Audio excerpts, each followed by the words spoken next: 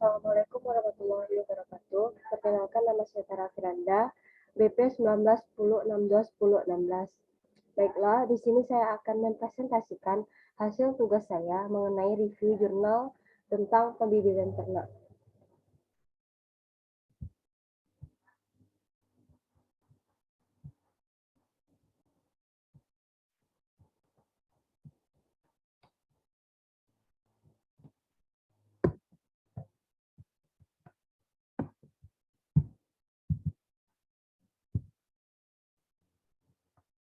Jurnal pertama berjudul tentang estimasi potensi pembibitan ternak kerbau di Kecamatan Ulaka, Tapakis, Kabupaten Padang Pariaman, Provinsi Sumatera Barat, Indonesia. Berisi tentang pendahuluan, materi dan metode, hasil dan pembahasan.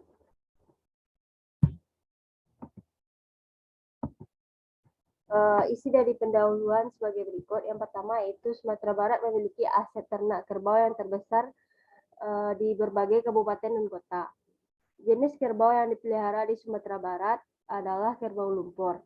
Kabupaten Padang Pariaman diharapkan dapat dijadikan daerah sentral atau daerah pengembangan ternak kerbau. Ternak kerbau merupakan hewan ruminansia yang bernilai ekonomi tinggi.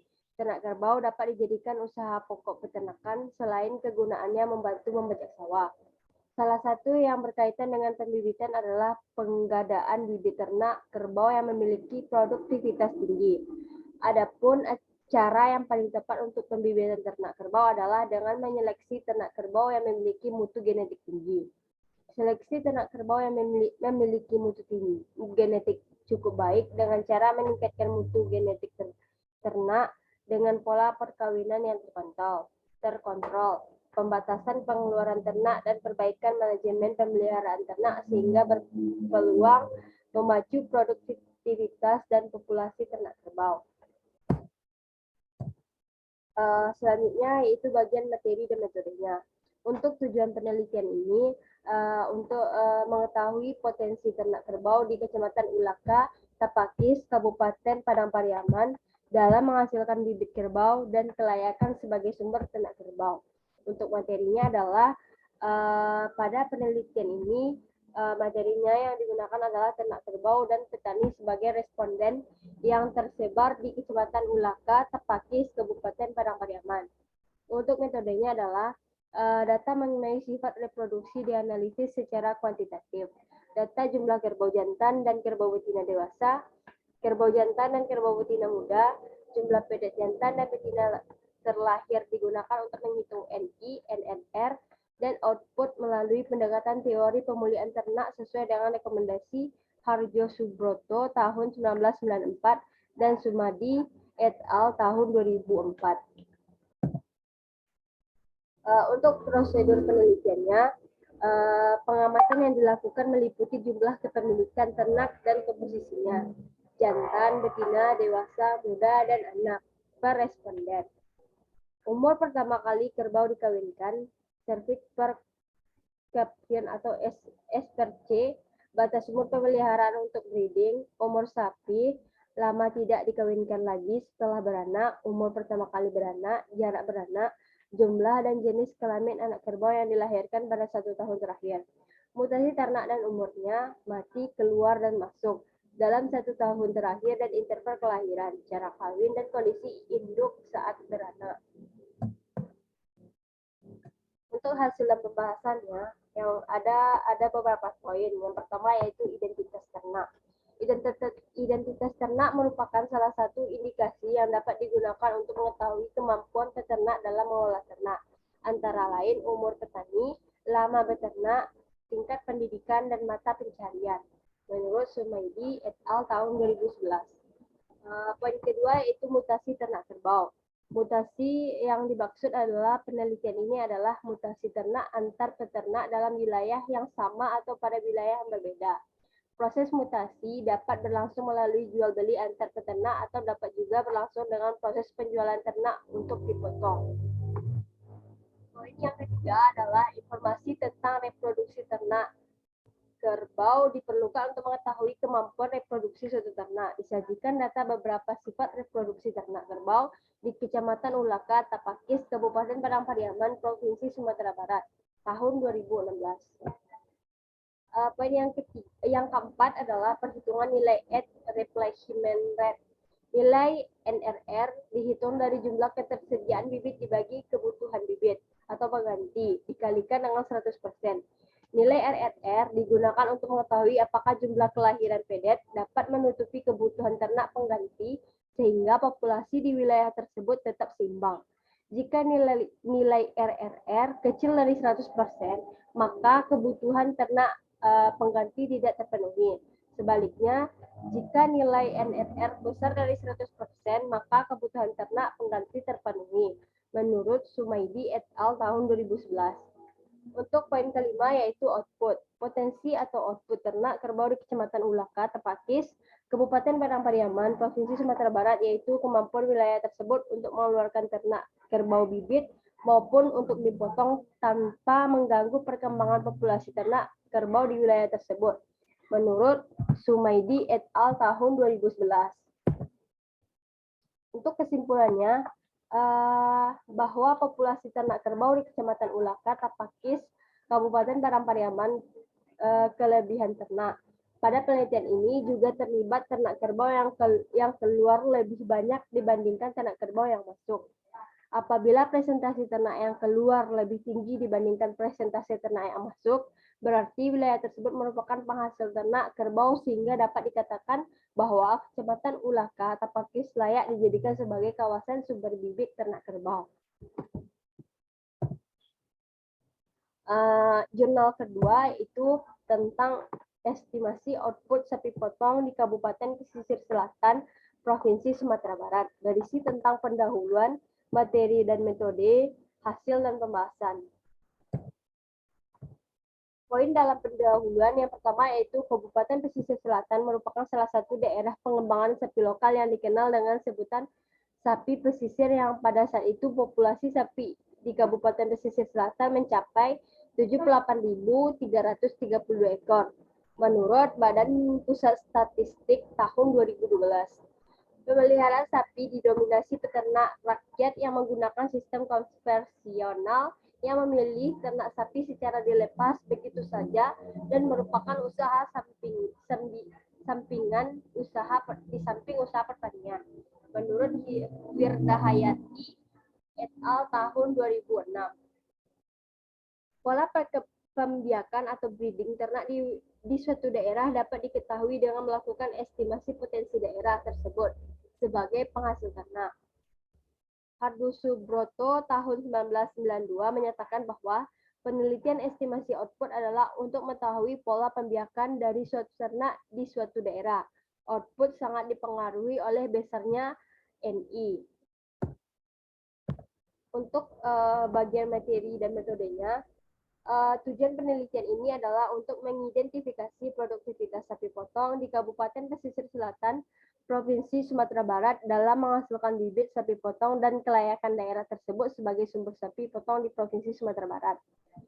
Untuk materinya adalah digunakan pada penelitian ini adalah petani yang memiliki ternak sapi sebagai responden serta ternak sapi yang tersebar di 3 kecamatan yaitu 411 responden dari Kecamatan Linggo, Sari, Baganti, 271 responden dari Kecamatan Batang Kapas, dan 332 responden dari Kecamatan Bayang yang merupakan daerah yang memiliki tingkat populasi tinggi, sedang, dan rendah di Kabupaten Pesisir Selatan. Untuk metodenya, penelitian ini bersifat deskriptif, analitis, dengan metode survei untuk mengumpulkan data primer dan sekunder. Cara pengumpulan data primer dilakukan dengan wawancara langsung kepada peternak responden, sedangkan data sekunder diambil dari Dinas Peternakan di Kabupaten Pesisir Selatan. Untuk prosedur penelitiannya, yang pertama itu data primer yang diambil meliputi identitas peternak dan data reproduksi ternak sapi. Data identitas dari peternak meliputi umur peternak, pengalaman lama beternak, tingkat pendidikan, tujuan pemeliharaan, dan sistem pemeliharaan yang dilakukan. Data reproduksi ternak sapi yang diambil terdiri dari perkawinan, lama induk, dan penjatan yang digunakan dalam pembiakan, kelahiran, kematian, jumlah ternak yang disurvei, dan struktur populasi. Prosedur yang kedua yaitu data yang diperoleh ditabulasi dan dianalisis pada masing-masing bangsa dengan cara data identitas peternak secara deskriptif kuantitatif. Data identitas ternak dianalisis dengan menghitung presentase dari rata-rata sehingga dapat menghasilkan koefisien teknik yang dapat digunakan untuk menghitung natural series atau dan net replacement rate dan output sapi potong. Untuk hasil pembahasannya yaitu ada beberapa poin. Yang pertama yaitu identitas peternak. Identitas peternak merupakan salah satu indikasi yang dapat digunakan untuk mengetahui kemampuan peternak dalam mengelola ternak. Antara lain umur peternak, lama beternak, tingkat pendidikan, dan mata pencarian. Menurut Sumaidi et al. Tahun 2011. Poin selanjutnya yaitu mutasi sapi potong. Mutasi yang dimaksud dalam penelitian ini adalah mutasi ternak antar peternak dalam wilayah yang sama atau pada wilayah yang berbeda. Proses mutasi dapat berlangsung melalui jual beli antar peternak atau dapat juga berlangsung dengan proses penjualan ternak untuk dipotong. Poin yang ketiga yaitu komposisi dan struktur populasi sapi potong.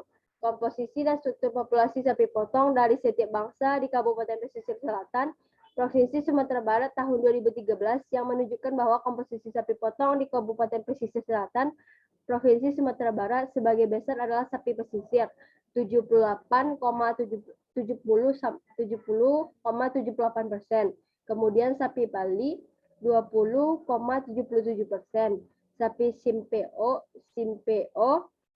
6,05%, Simpes 1,01%, PO 1,20%, dan Limpeo 0,18%. Untuk poin selanjutnya yaitu pertambahan alami atau natural increase. Nilai natural increase NI diperoleh dengan mengurangi tingkat kelahiran dengan tingkat kematian dalam waktu wilayah tertentu dalam waktu tertentu yang biasanya diukur dalam waktu 1 tahun. Menurut Sumaidi et al. Tahun 2001. Selanjutnya yaitu perhitungan nilai NRR. Nilai NRR dihitung dari jumlah ketersediaan bibit dibagi kebutuhan bibit atau pengganti dikalikan 100%. Nilai NRR digunakan untuk mengetahui apakah jumlah kelahiran pedet dapat menutupi kebutuhan ternak pengganti sehingga populasi di wilayah tersebut tetap seimbang. Poin terakhir yaitu output. Potensi atau output dari sapi potong di Kabupaten Pesisir Selatan, Provinsi Sumatera Barat yaitu kemampuan wilayah tersebut untuk mengeluarkan ternak sapi bibit maupun untuk dipotong tanpa mengganggu perkembangbiakan populasi ternak sapi potong di wilayah tersebut. Menurut Sumaidi et al. Tahun 2011. Untuk kesimpulannya adalah populasi sapi potong di Kabupaten Pesisir Selatan kekurangan ternak jantan sebesar 12,32%, dengan nilai NNR jantan sebesar 87,68% dan kelebihan ternak betina sebesar 21,03% dengan nilai NRR betina sebesar 121,03%. Komposisi sapi potong di Kabupaten Pesisir Selatan terdiri dari 20,77% sapi Bali, 1,20% sapi PO, 6,05% sapi Simpo, 1,01% sapi Simpes, 70,78% sapi pesisir, dan 0,18% sapi Limpo. Potensi atau output sapi potong tahun 2013 pada sapi Bali sebesar 23,79%, setara dengan 3.729 ekor. Sapi PO sebesar 23,32%, setara dengan 211 ekor. Sapi SIMPO sebesar 23,49%, setara dengan 1.027 ekor. Sapi Simpes sebesar 15,14%, setara dengan 116 ekor. Sapi pesisir sebesar 28,35% setara dengan 15.136 ekor, dan sapi limpeo sebesar 7,11% setara dengan 10 ekor dengan rata-rata output sebesar 20,25%, setara dengan 20.174 ekor. Untuk jurnal ketiga berjudul tentang sistem pemeliharaan struktur populasi sapi Bali di Peternakan Rakyat Kabupaten Manokwari, Provinsi Papua Barat. Terdiri dari pendahuluan, materi dan metode, hasil dan pembahasan. Poin dari pendahuluan yaitu yang pertama, Indonesia memiliki kekayaan dan potensi sumber daya genetik ternak sapi pedaging nasional yang telah dimanfaatkan sebagai sumber salah satu pangan asal protein hewani berupa daging juga bisa dimanfaatkan sebagai tenaga kerja, energi, dan penghasil pupuk organik menurut Riyadi tahun 2004. Poin yang kedua yaitu struktur populasi sapi Bali pada peternakan rakyat haruslah memiliki data yang akurat agar dapat dijadikan informasi ke depannya. Struktur populasi merupakan susunan sekelompok organisme yang mempunyai spesies sama atau takson tertentu, serta hidup atau menempati kawasan tertentu pada waktu tertentu. Poin yang ketiga yaitu selain itu, kendala yang dihadapi oleh peternakan rakyat di Kabupaten Manokwari adalah belum adanya data yang akurat tentang kelahiran, kematian, pemotongan, pengeluaran, penjualan, pembelian, dan pemasukan ternak. Akibatnya, inisiatif untuk meningkatkan produktivitas ternak sapi pedaging tidak terprogram dengan baik dan cenderung populasi menurun. Untuk materi dan metodenya, yaitu tujuan penelitian, mengetahui struktur populasi ternak sapi Bali pada peternakan rakyat di 5 distrik, yaitu distrik Pravi, distrik Masni, distrik Sidei, dan distrik Orasbari. Kegunaannya meningkatkan populasi dan produktivitas sapi Bali pada peternakan rakyat di Kabupaten Manokwari. Penelitian ini agar dapat meningkatkan efisiensi produksi dan memudahkan pengaturan manajemen reproduksi sehingga populasi sapi Bali di Kabupaten Manokwari dapat dipertahankan. Untuk materinya yaitu materi yang digunakan adalah ternak sapi Bali dan 42 peternak sebagai responden yang ada di 5 distrik tersebut. Untuk metodenya yaitu dengan teknik pengumpulan data. Pengumpulan data dalam penelitian ini dilakukan dengan cara yaitu observasi lokasi penelitian, yakni tahap awal yang dilakukan untuk menentukan lokasi penelitian. Wawancara digunakan untuk memperoleh data dan informasi yang akurat. Metode wawancara terstruktur dengan menggunakan kuesioner dan wawancara tidak terstruktur.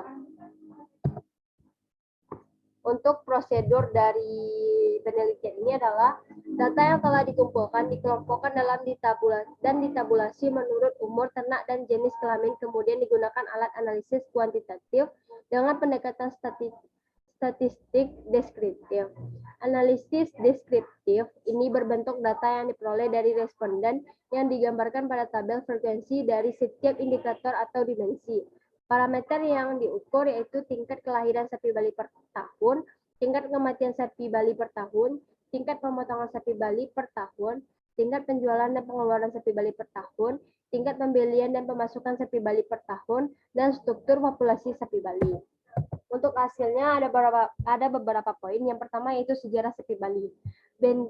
Banteng telah dibudidayakan oleh peternak di sebagian besar di wilayah Asia Tenggara dan Australia yang kita kenal dengan sapi Bali. Sapi Bali atau dalam bahasa Latin dikenal dengan Bos sandaicus telah dipelihara dan dibudidayakan oleh masyarakat sejak 3.500 sebelum Masehi di sekitar wilayah Pulau Jawa, Lombok, dan Bali. Dalam bahasa Inggris, sapi ini disebut dengan nama Balineus cow. Kadang-kadang oleh masyarakat disebut dengan nama Bibos javanicus. Untuk struktur populasi sapi Bali di Kabupaten Manokwari, yaitu bangsa sapi yang dikembangkan oleh peternak di Kabupaten Manokwari adalah Bos sandaicus, yaitu sapi Bali. Kepemilikan ternak sapi ada sejak berpuluh-puluh tahun yang lalu, diawali dari penyebaran sapi Bali oleh pemerintah melalui pola program transmigrasi. Bantuan IDT dari Provinsi Papua Barat, khususnya di Kabupaten Manokwari. Pemasukan ternak. Pemasukan ternak adalah jumlah ternak yang lahir, ternak yang dibeli, dan bantuan dari pemerintah. Kelahiran anak sapi merupakan ukuran yang paling sesuai untuk mengetahui kesuburan ternak. Pembelian ternak adalah banyaknya ternak yang dibeli dari pedagang maupun peternak sendiri dalam waktu 1 tahun. Poin selanjutnya yaitu pengeluaran ternak. Pengeluaran ternak merupakan jumlah ternak yang mengalami kematian atau pemotongan dan penjualan. Kematian ternak yaitu banyaknya ternak yang mati tanpa dipotong dalam 1 tahun terakhir. Pemotongan merupakan jumlah ternak yang dipotong oleh peternak baik jantan maupun betina dalam kurun waktu 1 tahun. Sedangkan penjualan adalah jumlah ternak yang dijual baik ke pedagang maupun ke sesama peternak dalam kurun waktu 1 tahun. Selanjutnya yaitu pola pemeliharaan. Pola pemeliharaan sapi potong dikenal dengan 3 pola, yaitu memelihara sistem intensif, semi-intensif, dan ekstensif. Ketiga pola manajemen pemeliharaan yang dilakukan petani atau peternak tersebut akan menentukan perkembangan dan proses produksi sapi Bali yang dipelihara di suatu daerah tertentu. Di samping itu, juga tingkat pengalaman petani peternak juga akan memberi andil yang cukup besar dalam keberhasilan proses produksi sapi potong. Kesimpulan dari jurnal ini adalah struktur populasi sapi Bali berdasarkan struktur fisiologi ternak di Kabupaten Manokwari paling tinggi didominasi induk sapi Bali, yaitu sebesar 38,19%. Dari populasi sapi Bali yang dimiliki responden dan betina muda sebesar 11,11%. Pemasukan dan pengeluaran sapi Bali setiap tahun tanpa mengganggu populasi yang ada terdiri dari kelahiran sebesar 91,45%, setara dengan 107 ekor per tahun dari populasi induk. Pembelian sebesar 8,54%, setara dengan 10 ekor per tahun. Kemudian kematian sebesar 18,91%, setara dengan 21 ekor per tahun. Pemotongan 3,60%, setara dengan 4 ekor per tahun.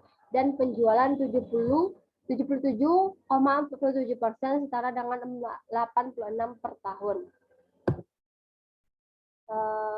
Sekian hasil presentasi dari saya.